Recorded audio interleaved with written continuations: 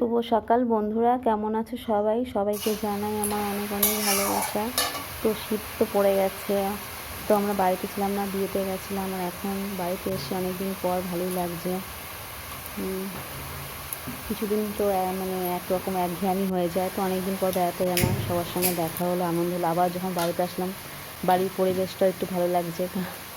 যাই হোক, তো আজকে তোমাদের সঙ্গে আবার চলে এসেছি রান্নাঘরে দেখা করতে, কথা বলতে, গল্প করতে। সবাই খুব ভালো থেকে। আর আজকে আমি রান্না করছি আমুদি মাছ। তো আমুদি মাছটা একবারে কাঁচা তেল, লবণ, হলুদ আর পেঁয়াজ রসুন মাখিয়ে ভালো করে, বেশি করে লঙ্কা ঝাল ঝাল করে পাতুরি করব।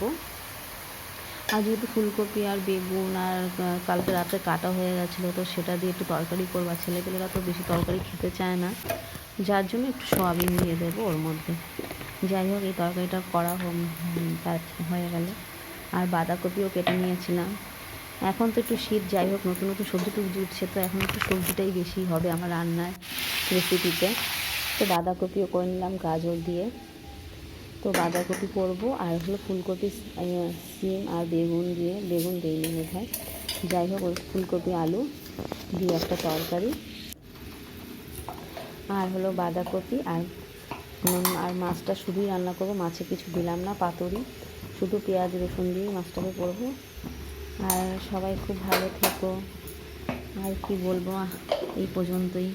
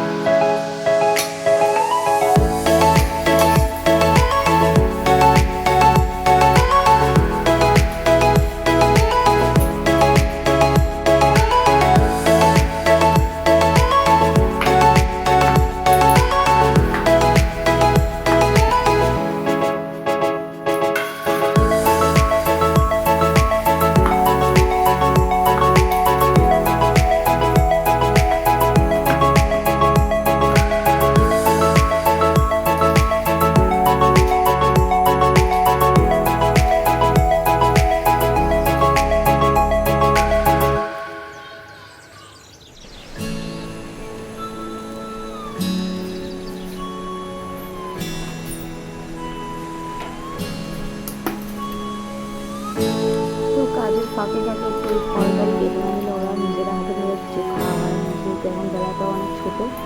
তো কাজের ফাঁকে একটুখানি ওদের ফলটাই কেটে দিলাম, একটু খেয়ে নিলাম। আর এখন মাছটাকে আমি মাখিয়ে লবণ দিয়ে দিলাম, হলুদ দিয়ে দিলাম,